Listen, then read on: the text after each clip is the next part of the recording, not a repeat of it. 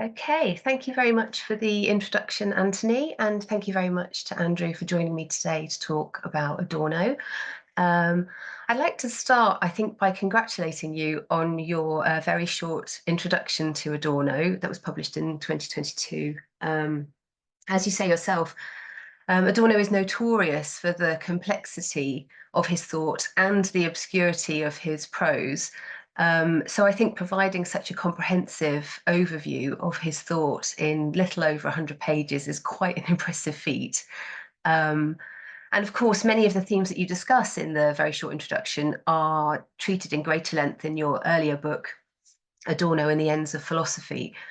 So I wondered if you could start by telling us a little bit about Adorno's life and the time in which he was writing. Don't expect any precise detail. He was born into a mixed Catholic and Jewish family in Frankfurt, and he was incredibly precocious. I mean, he was having composition lessons when he was 16. He got a PhD really early on, and then, of course, with the rise of the Nazis, I mean, he still hadn't had a full academic job. He, having written stuff on philosophy and so on, eventually was forced into exile with various other people from the so-called Frankfurt School, the School for Social Research, and lived in the States until after the war, when he came back to Frankfurt to his first full post as a professor at Frankfurt, the University of Frankfurt. And he died sort of, is it 68 or 69? 69, isn't it? In the midst of the student movement. It's sometimes thought partly because of the student movement, because he had a lot of trouble with the students because he disagreed with them, and they behaved actually quite disgracefully in relation to him in some ways, though there was a lot of stories behind all that. And that's just the biographical thing. His concerns are kind of massive. I mean, once you look back at all the things he did, he was, he was quite a good composer. I mean, there are some CDs of his music. It's not bad at all. It's better than Nietzsche. Nietzsche could write a tune, but little else. Adorno had some sense of structure and form and so on. He edited a thing called Dawn, a magazine early on in his life, which is about music and new music. And that was a kind of obsession throughout his life. He was knew Berg and so on. He knew these people. I think he was taught by Berg.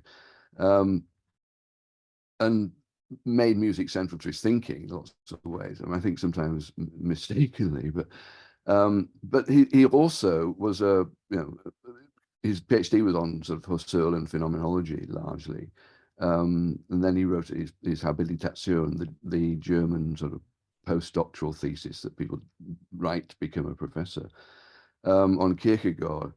But he also then, he wrote on kind of anything social that he thought was significant. And he was, sees himself very much as a sociologist a lot of the time. So it's very hard to pin him down as to, what's the central thing in Adorno. What was he? Was he a philosopher, sociologist, etc.? And the answer is, he was kind of all of those things, and he was pretty good at most of them. I think what he was worse at was being a music critic, but that's, we can go there later if you want to.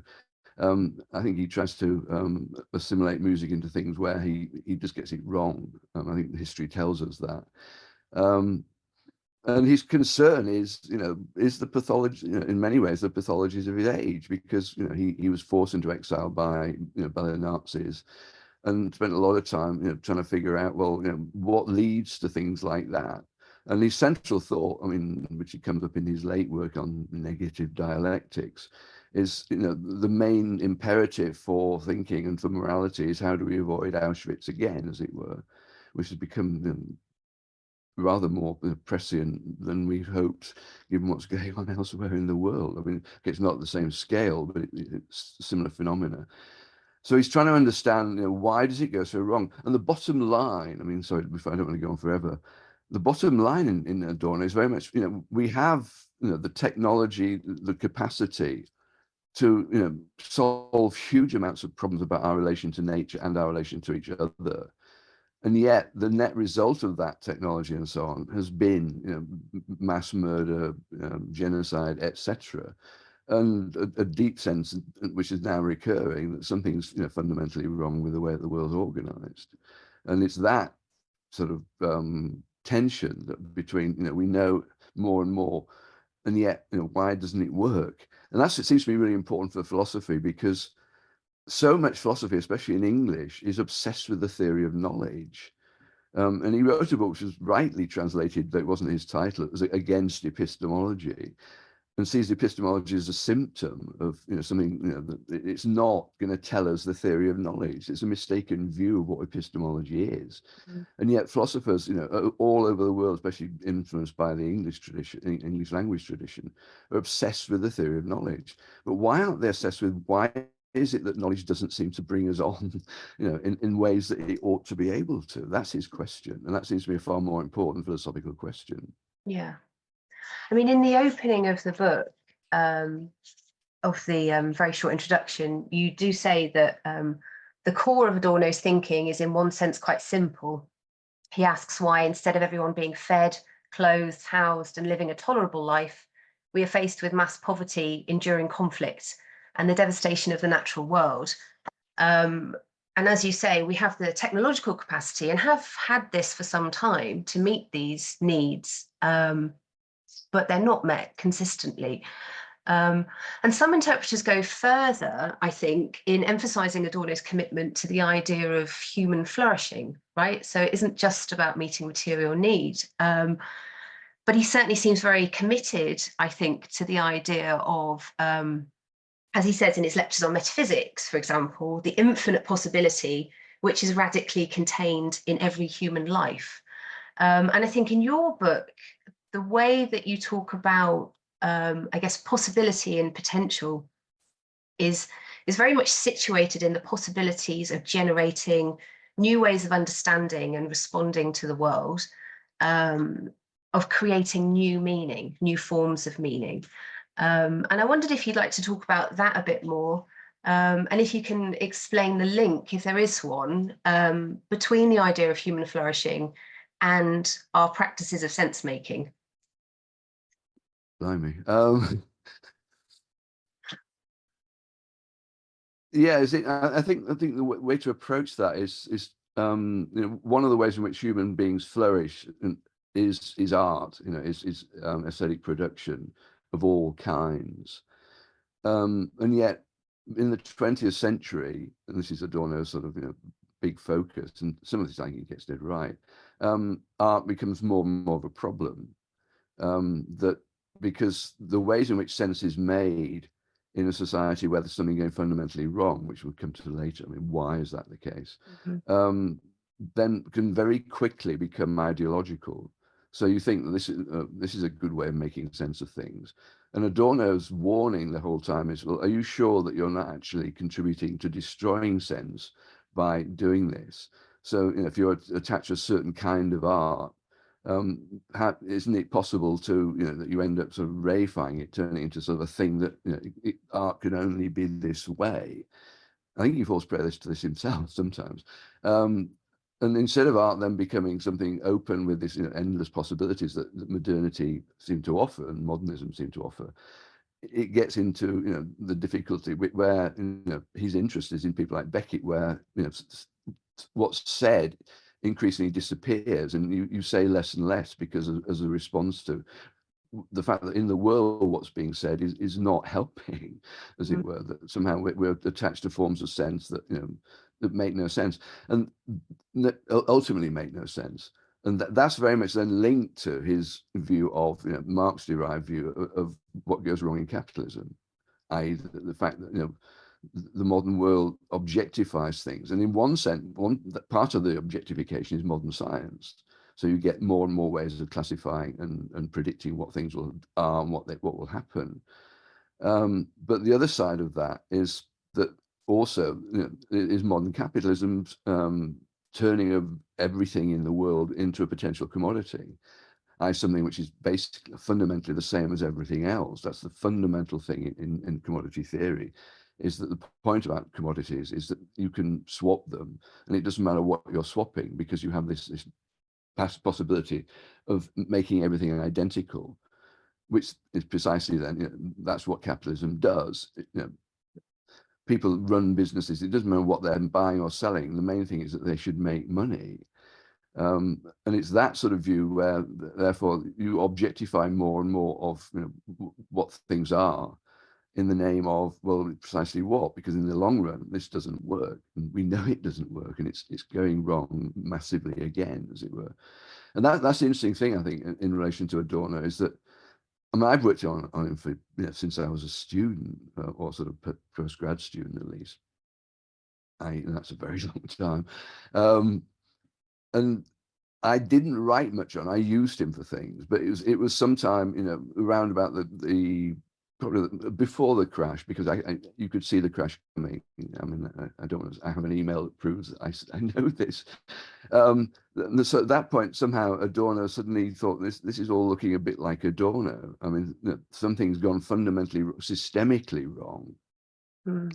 And that's the crucial thing in Adorno, is to figure out, how does the individual particular thing, how is it constituted by systemic things that are not apparent in the phenomenon itself? And it's the fact is that we're living in a world where what's going on is not visible, and getting to what really is going on involves getting involved in systems, Mm. i.e. the world economic system, which, as we now know, in its last manifestation, is finished. Neoliberalism, get the state out of everything, etc. Has looked okay to some people, and now is turning into a total disaster. Mm. I mean, So, sorry, sorry. no, go ahead. No, you go ahead. Sure. I was just going to say that I mean, you mentioned that you've been working on Adorno for a really long time. I mean, in the beginning of your book, Adorno and the Ends of Philosophy, you do state that Adorno's been intriguing and irritating you since the mid-70s, and I'm interested to know a bit more about that kind of push and pull, I suppose, with Adorno. What is it that pushed you away, and what is it that keeps bringing you back? Um, Part of what pushed me away was the fact that his published texts are a kind of liability. I mean, I'm old enough to get sort of completely iconoclastic about this. Had he not published those texts, and had he published his lectures, which now are being published, he would have been a much bigger figure much earlier on. And the trouble was that he had this kind of obsession, which I think he gets involved with Benjamin, with a kind of esoteric view that you shouldn't say anything absolutely explicitly and explain it, because you'll be distorting it. That you can't get to things that way. It's a much more complicated process. But he says the same things as he says in the books, in Negative Dialectics and Aesthetic Theory, in the lectures, in a form that virtually anybody can understand, because he Yeah. was a brilliant lecturer. He could explain things to students, and he was quite amusing as well. I think it was the text was sort of recalcitrant, and then the other side was the tendency to he drifts towards a sort of negative theology. There's something kind of inherently fallen about the world, about thought, etc. Mm. And so the end of metaphysics is seen in kind of tragic, melancholic terms, Mm. which sort of misses out. The end of metaphysics is also a possibility for liberation, etc. And then the other thing, I'm sure this will come up again. I mean, that his judgments on art are too much informed by his philosophy. That he doesn't let the art speak sufficiently in its own terms. I mean, you can trace this, and I've done this in some detail, that he loses touch with the empirical side of art. He loses touch with the complexity of how art relates to social phenomena, and he's just wrong about modern music. I mean, he thinks that Berg, Schoenberg, etc., are the way forward, the true way forward, and it's just not true. I mean, it's an interesting strand of modern music, and it's one people they use the techniques from. But modern music is much more diverse and actually interesting than he sometimes makes it. I always say that he writes best about the music that he likes. So when Mm. he's talking about Mahler and Beethoven, he's superb. I mean, most of the time, I mean, it really is. You listen to the music differently. Whereas when he's, and of course, when he's having a go at jazz, I mean, he's just flat wrong, because he doesn't do what he's his basic approach demands, which is to, to sink yourself into the detail of the empirical phenomena. Mm. And he doesn't look at jazz history. He doesn't see that in jazz history, it is a protest movement. It had real concrete social effects. The civil rights movement was helped massively by jazz. The constitution of black identities, in a good sense, it has been partly through jazz, which shut up a lot of racists because they couldn't, even they could see that Coltrane and people like this, Charlie Parker, were geniuses. Mm. And the music they produced was like nothing else. It was a protest against existing, and it was a new way of making sense. I mean, that's why my playing the sax and so on informs my philosophy. I'm not saying I get to any level like that, but it's the sheer sense of there's this massive area that these guys constituted, which is quite astonishing. I mean, they completely wrote a new kind of, or didn't write, they created a new kind of music. So it's Yeah. things like that. But so the return to him was very much occasioned by the sense that this is going seriously wrong. We sort of through into the 90s, you thought, well, okay, we can still sort of be Blairites. And at some point, you think that this isn't going to work. Mm. I'll never forget seeing the queue outside the building society the day when the crash finally started to hit, thinking, oh, it started. And at that point, Adorno starts, so what does it happen when an economic system goes haywire? And that's what he's great at, because then he looks at human behavior and how the two interact. And the people think they're being self-determining when they're not. Mm. They're being determined by demands of a system. Which is straight Marx in a way, but he does it so well. I mean, because he brings in things like Freud and so on to say, so how do we look at personality in the face of these systemic factors? And Freud is part of that because these factors are unconscious to the people involved in them. Mm. I mean, I think certainly, like as a student of philosophy, Adorno's work is both intriguing and irritating, and as you say, the lectures are much easier to follow rather than the published texts. One of the things I think that's particularly challenging, but also I think can make reading Adorno particularly rewarding, is that in his published texts, he's writing in response to thinkers that have gone before him, but he sort of alludes to them almost on the assumption that you kind of know what he's talking about. He doesn't lay out systematically the positions that it is that he's critiquing. So, in the book, you talk specifically about Hegel and Kant, for example, but it's not always clear unless you're already very familiar with the works of those two thinkers, what it is specifically that he's alluding to and writing in response to. And so, there's, as I say, as a student of philosophy, there's quite a lot of forensic work that you then need to do. And thankfully, there's a lot of very helpful secondary literature now to aid with that process in just having to almost reconstruct the arguments from Hegel and Kant and try and understand those, then understand, okay, well, is Adorno's interpretation of those arguments actually similar to how we've been led to understand it, Kant and Hegel?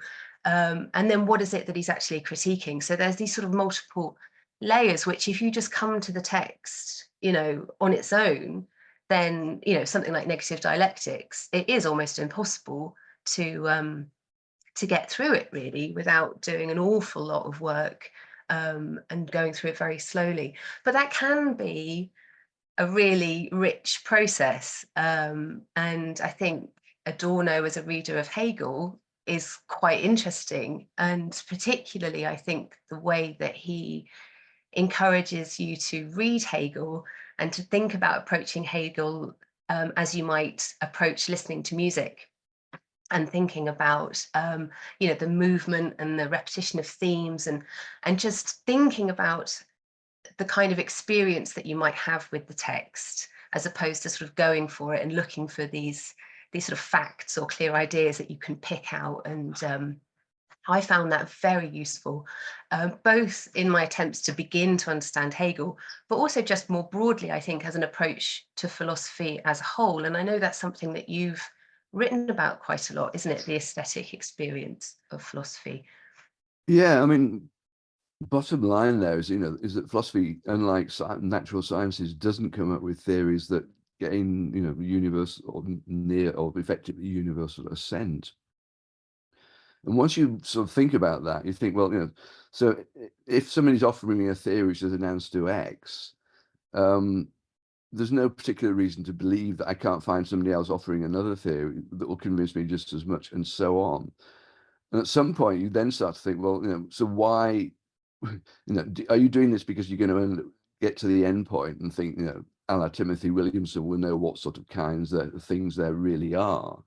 Well, as I always say, well, in one way, the natural sciences tell us that, at least as far as the material world goes. But it doesn't tell us very much in terms of making sense of life.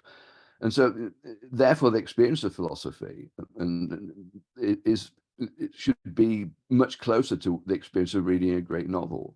And Adorno says this, he analogizes Beethoven to Hegel. I mean, the movement is what counts. It's the sense that you have to start somewhere, and then by starting somewhere, you already then, in order to make sense of it, you're having to sort of realize, well, how many contradictions are involved in this? What's this the opposite of, and so on. And the same thing happens in Beethoven's music. So you then get an image of philosophy, which that's what the other books about, the aesthetic dimensions books about, where you see philosophy as, it's not got any inherent superiority over art, because you can learn just as much to make sense of things from art as you can from philosophy. And the sort of technical direction of philosophy that dominates the Anglo-Saxon analytical tradition seems bizarre to me at one level. I mean, I'm still interested in it, and I think there are great philosophers that do it. But the sense of conviction that they're going to get there has to be there somehow, as opposed, and then the alternative is just supposedly relativism, and it's not. I mean, it's clear that we arrive at convictions, but we should build into that a sense of their fallibility. And the experience of art is precisely, we never get to the end of understanding anything that's a seriously interesting work of art. That's what's so important about it. I've listened to Bruckner's Eighth Symphony, which I advertised to everybody, hundreds of times, and I never get bored with it. And there's something about that you have to make sense of. And Adorno opens that up to you because, exactly what you said. I mean, the experience of trying to make sense of this and realizing how complex it is of value in itself, because life's finite, and there isn't an end to this. The question is, where does it then affect what I do and what I think? And this leads him towards, I mean, he was always ambivalent about pragmatism, but if you read the best of Dewey, like The Quest for Certainty, it's very close in its view of what philosophy is doing to what Adorno is saying as well, and it's both coming from Hegel. Yeah. And something in the book that you really emphasize is this kind of thoroughgoing historicization that Adorno really insists upon. So when we talk about anything really, any of the concepts, like, you talk specifically about nature, about history, about freedom, they have to be understood historically. We can't really fix in advance what they are. And also they're sort of dialectically constituted. So our emerging understanding of what freedom is develops in response to the changing forms of repression that we see in the world, for example, which in itself is quite contrary to a lot of ways that other people do philosophy, isn't it? But it's such an important part of Adorno's work. I wondered if you'd like to talk about that a bit more. Yeah, I mean, because the obsession in philosophy is, there's another book come out saying anti-free will. It's been widely, what's his name? I can't remember, Sapirosky or something, got widely reviewed. Does free will exist? And I just think that, with Adorno, that's a kind of meaningless question. Does freedom exist? Well, you can't even ask the question if you don't have some sense of what it is that you think might exist. And then you can't prove free will exists, because I'm not even sure what that would look like. But you can talk about the experience of lack of freedom. So God sake, contemporary world, we now know, if we don't know what it is, then something wrong with you.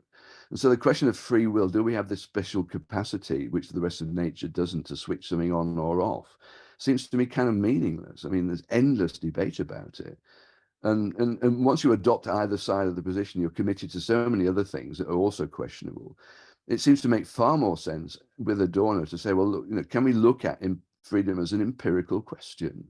His pupil Albrecht Velmer, who I got to know, a wonderful man, who's really worth reading. I mean, he says, freedom is therefore an empirical question, and that's where Adorno gets it right. There isn't a metaphysical answer to this thing. One can't dogmatically say this, but you can point to history and say precisely, historicize it. Well, we haven't got one yet, but does that mean we don't care about freedom? I mean, look at the Republican Party making claims about freedom and so on. Look at the Tories making claims about freedom. And then what you should then do, a la Adorno, is to look at the actual societies they're talking in and see where it's absolutely blindingly obvious that most people in those societies are not free. I mean, they're being oppressed, wage oppression, race oppression, etc. So it becomes very easy to understand freedom, if you open your eyes to what's going on empirically. Mm-hmm. And then the Adorno question would be, so how come it's got like that? So how come? And yes, and he says, the very notion of freedom of the will isn't a constant throughout the history of philosophy. It appears briefly in sort of some forms, and mainly gets going through people like Locke and so on. And then becomes an obsession, through Kant, etc. And this desperate attempt to sort of, so how do we marry free will and determinism, compatibilism, and etc.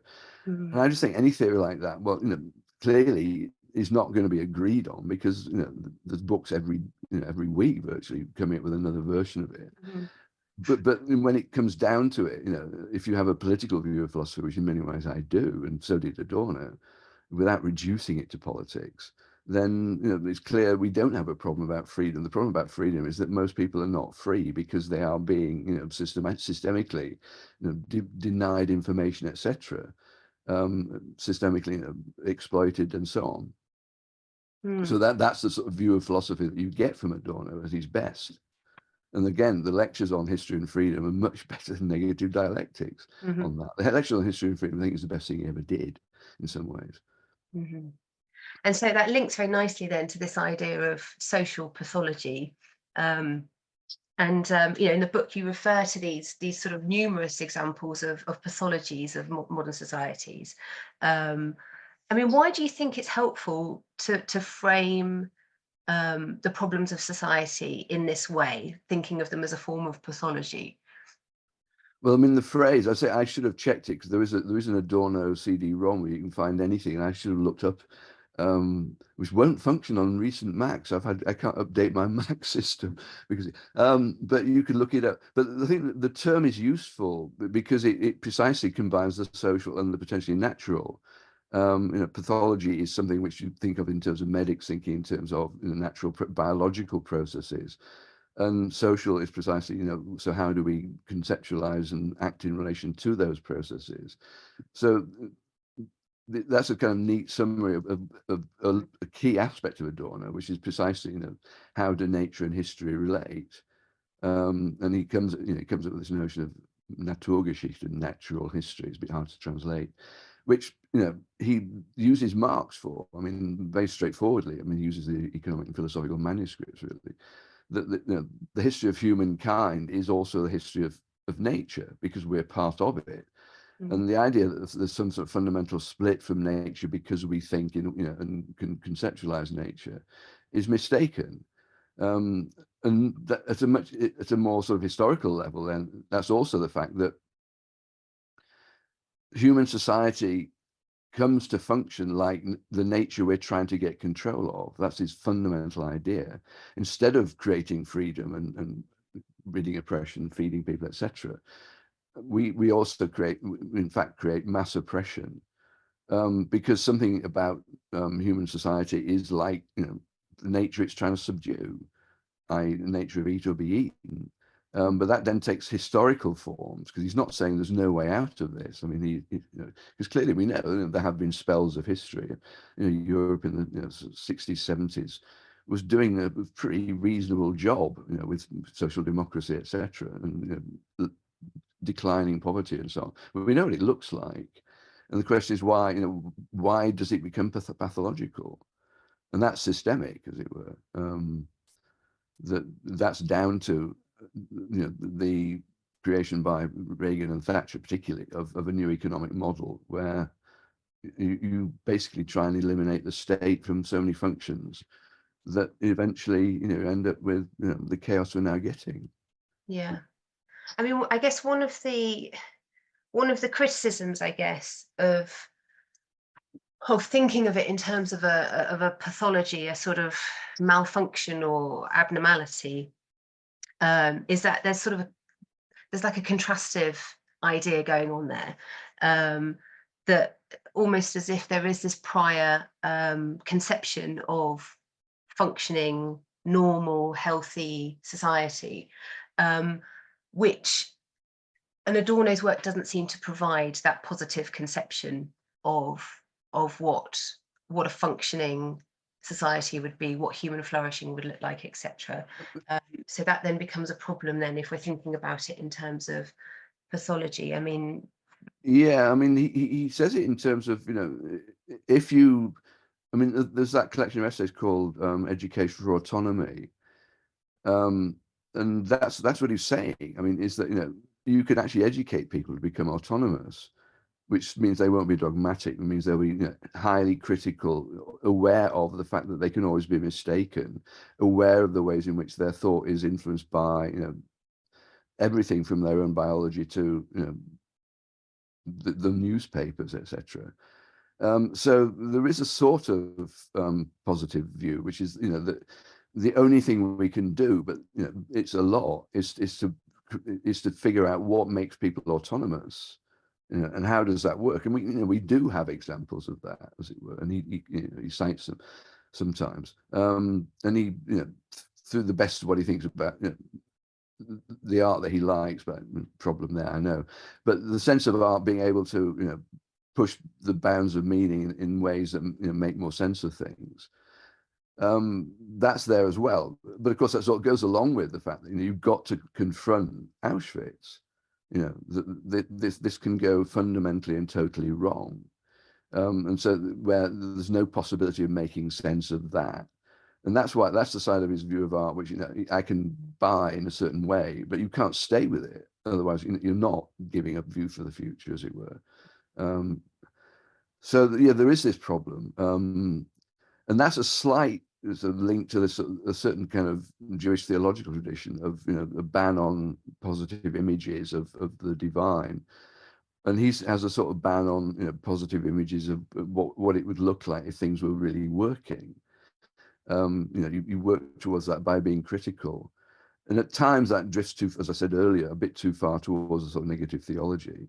But there's enough in Adorno. I mean, one of the things he's clearly about, but he wasn't very good at, and personally, but I won't go into that. I think it's tittle tattle. Is sexual liberation. I mean, how do we get rid of hang-ups in a way which isn't oppressive? And he didn't see enough that he was being oppressive, in his own behavior. But I mean, I think that has advanced. I mean, feminism is a clear case of how things have been massively changed by an insight into mechanisms of oppression. So it's not as if we haven't got certain examples like that. And that's what he was looking for. And I think he had to happily admit he got this wrong in some ways, where he stood around, as it were. Okay. I've got lots more questions, but I think in the interests of fairness, I'm going to have to go to the Q&A now. So let me open that up and see what questions we have from the audience. Okay. So the first question we have is from Jose Jacob. How did Adorno diverge from classical Marxism?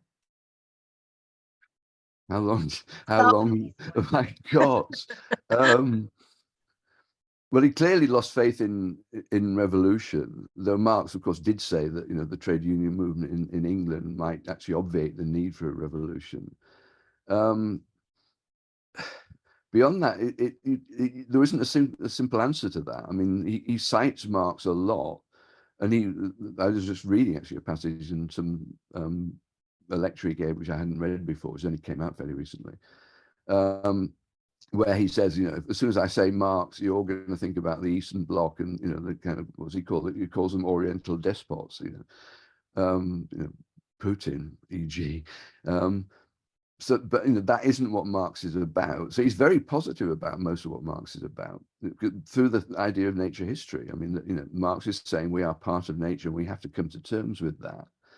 And Marx is saying that economics and have a massive determining, not final necessarily, effect on what people are. And we've got plenty of endless new proof of that in what's going on at the moment. So yeah, I mean, he was in many respects a Marxist, but he'd seen how it could be perverted. So he was very cautious about any sense of there will be some massive transformation at the end of capitalism. So it is a sort of sense, it's restricted to a negative critique of capitalism, which in some ways makes sense because there's too little in lots of debate about this, differentiating different kinds of capitalism. Mixed economies seem, from what we've seen so far, to be quite a good idea if they're well regulated, as opposed to we know that nationalizing everything, i.e. production as well as utilities, doesn't work. So I mean, he would be empirical about that, but in a sense, so at his best was Marx, and Marx was trying to figure out how things ran, and looked at the society of his time in huge detail. I mean, as did Adorno. Okay, thank you. Okay. A question from Robert Venn. How would authoritarian personality and F-scale hold up today, including based on current empirical data? It's interesting because I mean, a lot of people, including me, I think, used to slightly write that book off. Well, not just the book, because he didn't write it all, but he wrote substantial chunks and took up the notion. But in light of recent events, you sort of think, well, actually, this is a pretty good way of explaining contemporary republicanism and Trump. So I think, yeah, I mean, the worry is that you have character types and all that. But he says you've got to be very careful about that. I mean, he says, okay, so we do use questionnaires, etc., but we have to be careful about how we use them. I mean, they're not the final answer, but they do give results that seem to explain the phenomena. And he says, I'm not trying to prove Freud's right, but if you apply Freud to this sort of person, the kind of rigid personality that leads to right-wing politics, this works. So I think the notion is, it's interesting that they republished it recently. Verso, I think Verso did it. Peter Gordon wrote that, I think, the introduction. The book is really worth reading. I read it again when I was writing the two Adorno books, and thought, yeah, this now looks terribly familiar in a very depressing sense. And notions like that people would rather than admit they're wrong, people will do the appalling things, even though because they basically know they're wrong, but somehow their narcissism goes so far that they'd rather cause endless trouble than face up to the reality of what's actually going on. And that these sorts of mechanisms picked up by, well, look at America now. I mean, it's a disaster area. And reading the authoritarian personality does a huge amount to understand where Trump's come from, and the fact that he's still still possible for this guy who clearly should be in jail, should have been in jail years ago, to be possibly quite likely to win the next American election. And that's a sort of dream Adorno phenomenon. That's what he's talking about.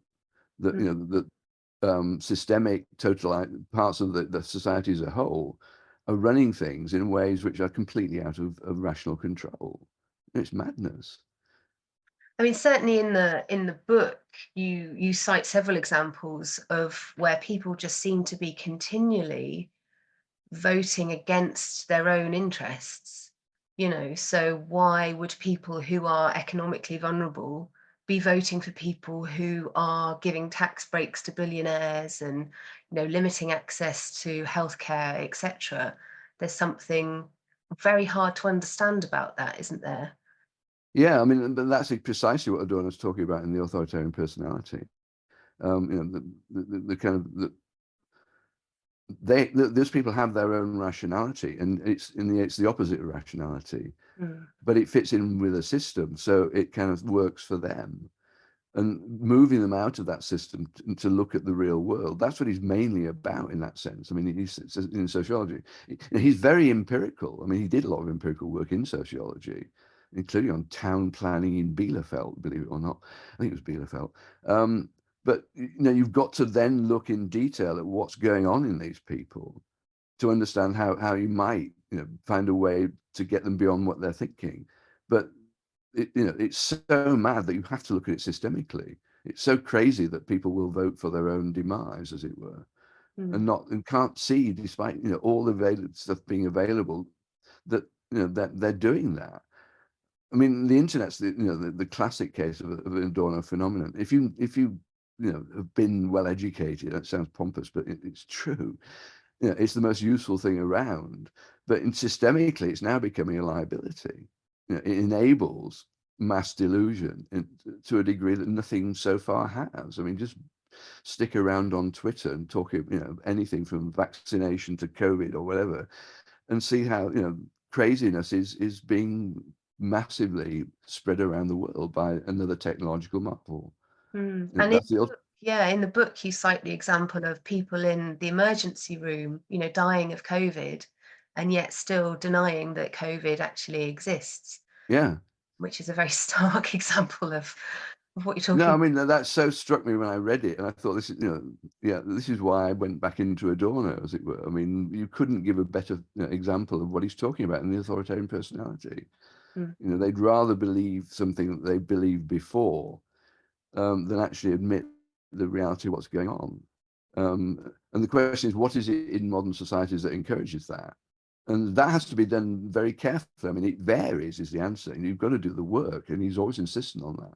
You've got to do the sociological work. How did it work in America? It isn't the same as what happened in Nazi Germany. It looked similar, but we're living with very different mechanisms. So Adorno has to be updated, and which he himself would absolutely agree with, by saying, well, so what are the empirical factors that we need to look at now? And we don't have particularly great analyses of that yet. I mean, okay, it's all fairly recent. Okay, thank you. I'm going to move on to another question. I don't think, unfortunately, we're going to get through all of the questions that have been asked in the time available to us. But the next question from an anonymous attendee: what are some implications of Adorno's work in contemporary ethical questions? Well, ethics is almost as bad a piece of philosophy as epistemology for me. It's another area where, if you sort of come up with your theory of what really motivates people and what they should do, here we go again, sort of thing. And there's something, again, hugely problematic about that, because we don't get an agreed ethical theory.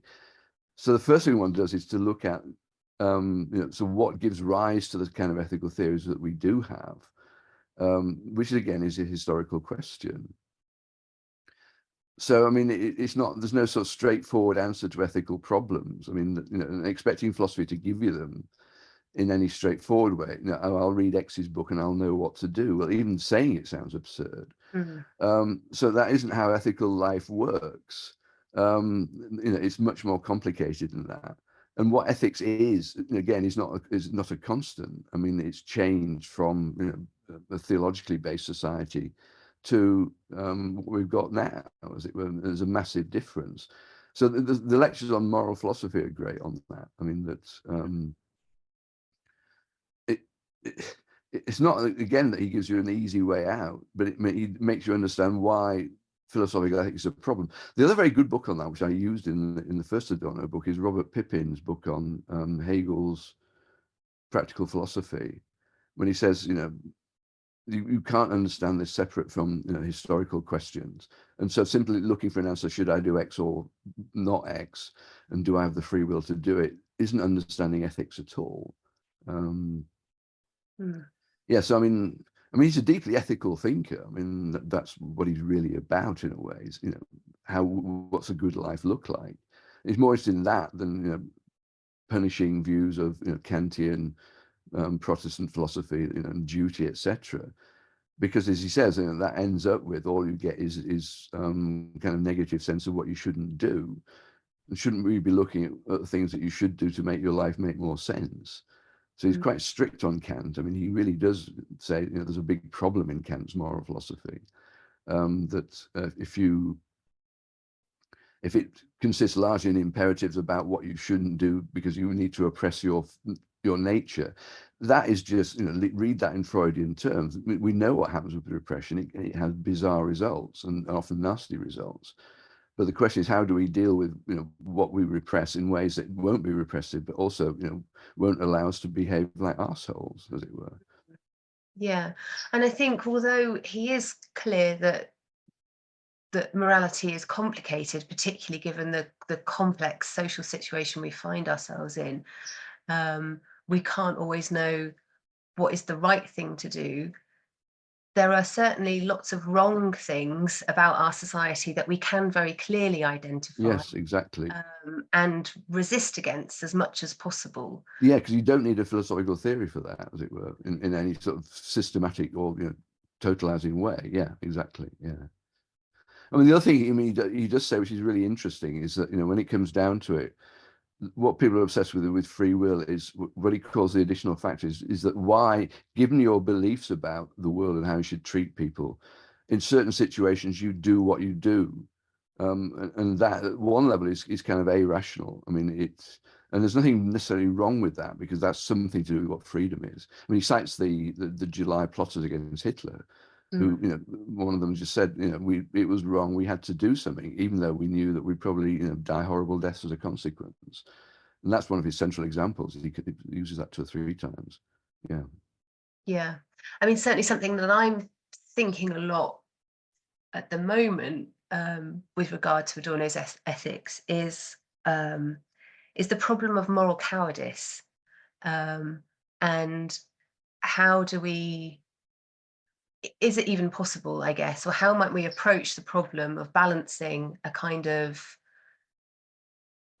an acceptance of the complexity of the context we're operating in, and I guess a sense of humility about our ability to know and understand and make correct decisions. How you take those things seriously without it sliding into what's something that can be considered moral cowardice and a failure to act. Yeah, yeah. I mean, I think he's very concerned about that.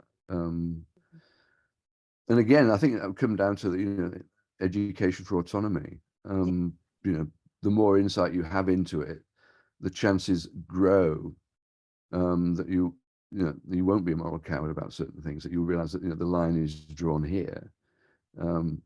But it won't be just a sort of right, here we go, I know what's right sort of thing. It will be very much, and I may be wrong.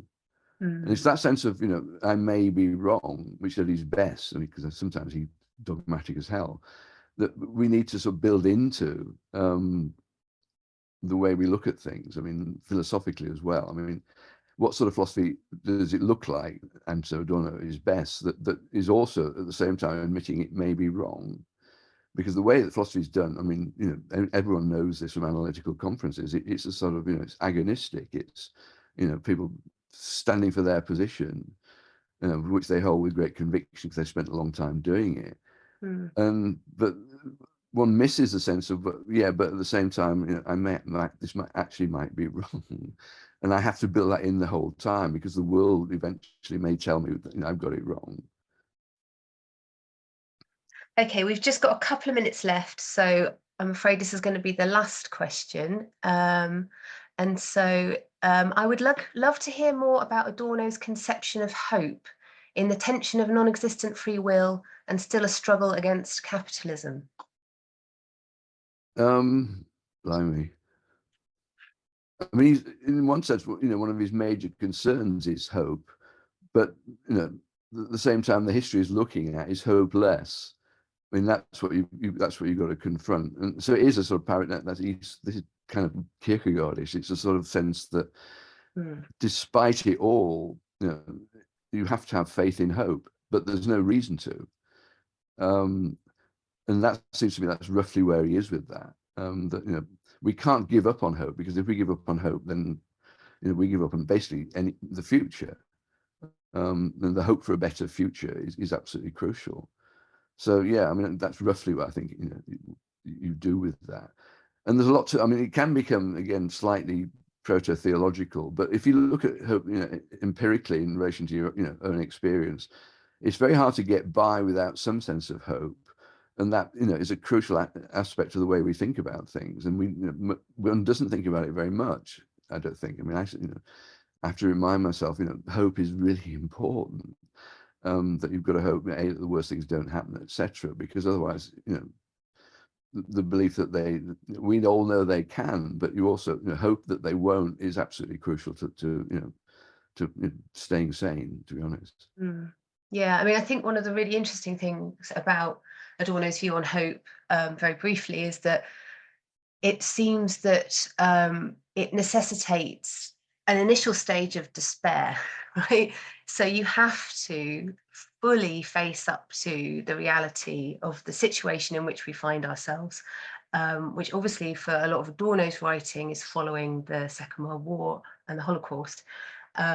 Any hope that doesn't fully take into account the reality of that situation is going to be a false form of hope, and will be distorting and deceptive in almost an ideological sense, in the same way that perhaps you might think of the culture industry. So Adornian hope is really interesting in that respect, in that there's this very interesting and complicated relationship between hope and despair. Yeah, that's dead right, and that's the Kierkegaard moment, I think. Yeah, I That's think so too. Yeah. But I think we're out of time now, so I'm really sorry to those who asked questions that I wasn't able to pose to Andrew.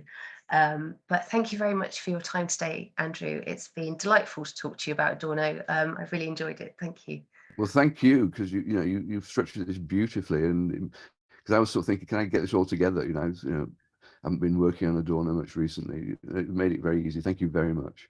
Thank you.